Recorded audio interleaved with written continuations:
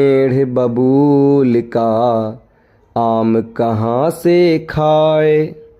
कबीर साहब का ये दोहा केवल एक नैतिक उपदेश नहीं है, ये अस्तित्व का आधारभूत शाश्वत सूत्र है। धर्म के मौलिक विज्ञान का सीधा उद्घोष है, कारण और प्रभाव। साहब कबीर कहते हैं, करता था सो क्यों किया, अब करी क्यों पछताए।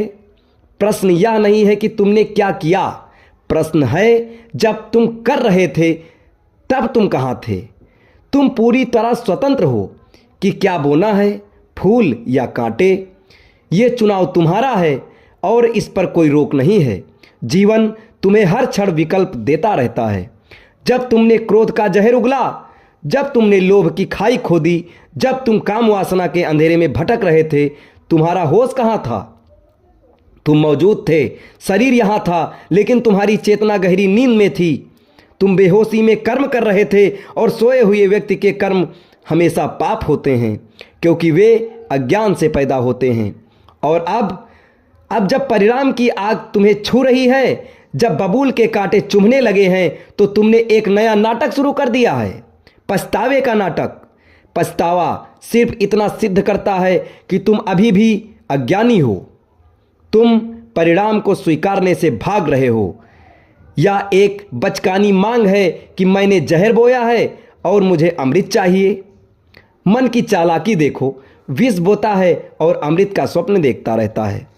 वह ईंट फेंकता है और उम्मीद करता है कि आकाश से गुलाब बरसेंगे। ये मूर्खता नहीं तो और क्या है। ये तुम्हारी अपनी ही मांग है, और ये मांग ही दुख है। जीवन एक न्यायालय नहीं, एक प्रतिध्वनि है। जीवन कोई न्याय का मंदिर नहीं है जहां कोई न्यायाधीश तुम्हें सजा देगा। जीवन एक विशाल उद्यान है, एक दर्पण है, एक प्रतिध्वनि है। तुम जो भी बोते हो वही अनंत गुना होकर तुम्हारे पास लौट आता है। ये कोई शाप नहीं है या कोई दंड नहीं है, ये तुम्हारी ही रचना है, तुम्हारा ही विस्तार है। तुम दीवार से सिर पटक रहे हो, पर दीवार तो केवल तुम्हारी फेंकी हुई ईंट वापस कर रही है। परिणाम कोई सजा नहीं है, ये तुम्हारी करनी का सटीक दर्पण है।